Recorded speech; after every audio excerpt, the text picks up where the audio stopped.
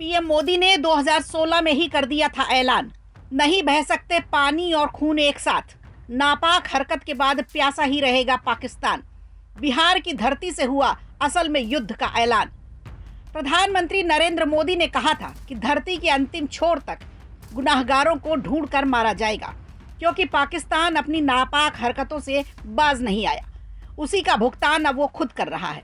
हमले के बाद देश में गुस्सा था। देश चाह रहा था ईंट का जवाब पत्थर से दिया जाए, लेकिन प्रधानमंत्री नरेंद्र मोदी ने दूरदर्शिता दिखाते हुए तत्काल प्रभाव से सिंधु समझौता स्थगित करने का ऐलान कर दिया।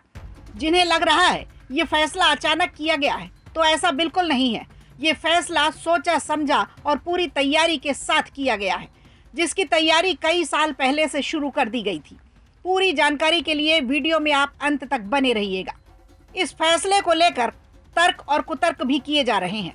ओवैसी का कहना है कि भारत इतना पानी कहां रखेगा। हो सकता है आपको याद हो, और नहीं तो हम याद दिला देते हैं। प्रधानमंत्री नरेंद्र मोदी ने साल 2016 में ही ये बात कही थी। उरी हमले के बाद ही पाकिस्तान को साफ संकेत दे दिया गया था। प्रधानमंत्री ने 11 दिनों तक चली संधि समीक्षा बैठक में भाग लेने वाले अधिकारियों से ये कहा था कि खून और पानी एक साथ नहीं बह सकते। आपको बता दें, उरी हमला इतना ज्यादा भयानक था कि उसमें भारत के 18 सैनिक शहीद हुए थे, जिसे देखते हुए पीएम मोदी व्यथित हो गए थे और संधि को रद्द करने की योजना बना ली थी। जनता भूल गई, लेकिन पीएम मोदी को अपना वादा याद रहा।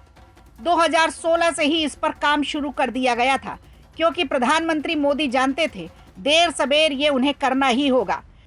वहीं 2 साल से भी कम समय के बाद यानी मई 2018 में प्रधानमंत्री नरेंद्र मोदी ने बांदीपोर में 330 मेगावाट किशनगंगा पनबिजली परियोजना का उद्घाटन किया और जम्मू कश्मीर के किश्तवाड़ में 1000 मेगावाट के पाकल-दुल संयंत्र की आधारशिला रख दी। इसके अलावा 2 अन्य बड़ी पनबिजली परियोजना 1856 मेगावाट सावलकोट और 800 मेगावाट बरसर को भी सितंबर 2016 की संधि समीक्षा बैठक के तुरंत बाद तेजी से ट्रैक किया गया था।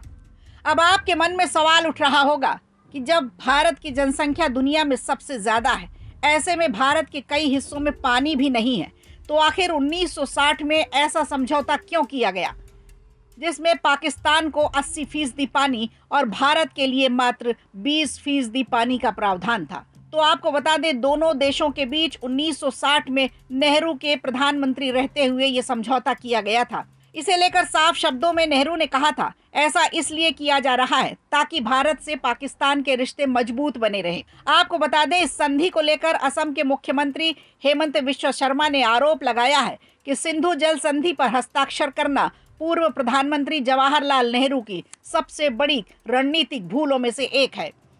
वहीं कई जानकारों का मानना है कि नेहरू ने अंतर्राष्ट्रीय दबाव के चलते ये समझौता किया था, और उन्होंने ये दलील भी दी कि इस संधि से दोनों देशों के बीच रिश्ते बने रहेंगे। ऐसे में अब हम आज के भारत की बात करें तो लोग सोचते हैं कि भारत को ये बात अच्छी तरह से समझ में आ गई है कि पाकिस्तान के गले की नस पीओके है, लेकिन प्रधानमंत्री नरेंद्र मोदी ने अपनी कूटनीति में असल में गले की नस पर अब पैर रख दिया है।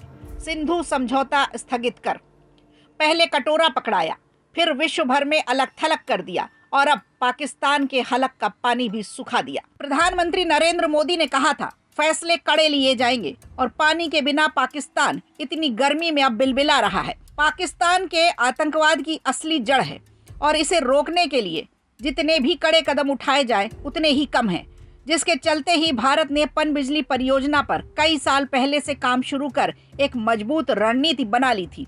यही वजह है कि आज भारत इस पानी को लंबे समय तक रोक सकेगा। साथ ही इस संधि में संशोधन कर पाकिस्तान को उसकी हैसियत भी टाइम टू टाइम याद दिलाता रहेगा।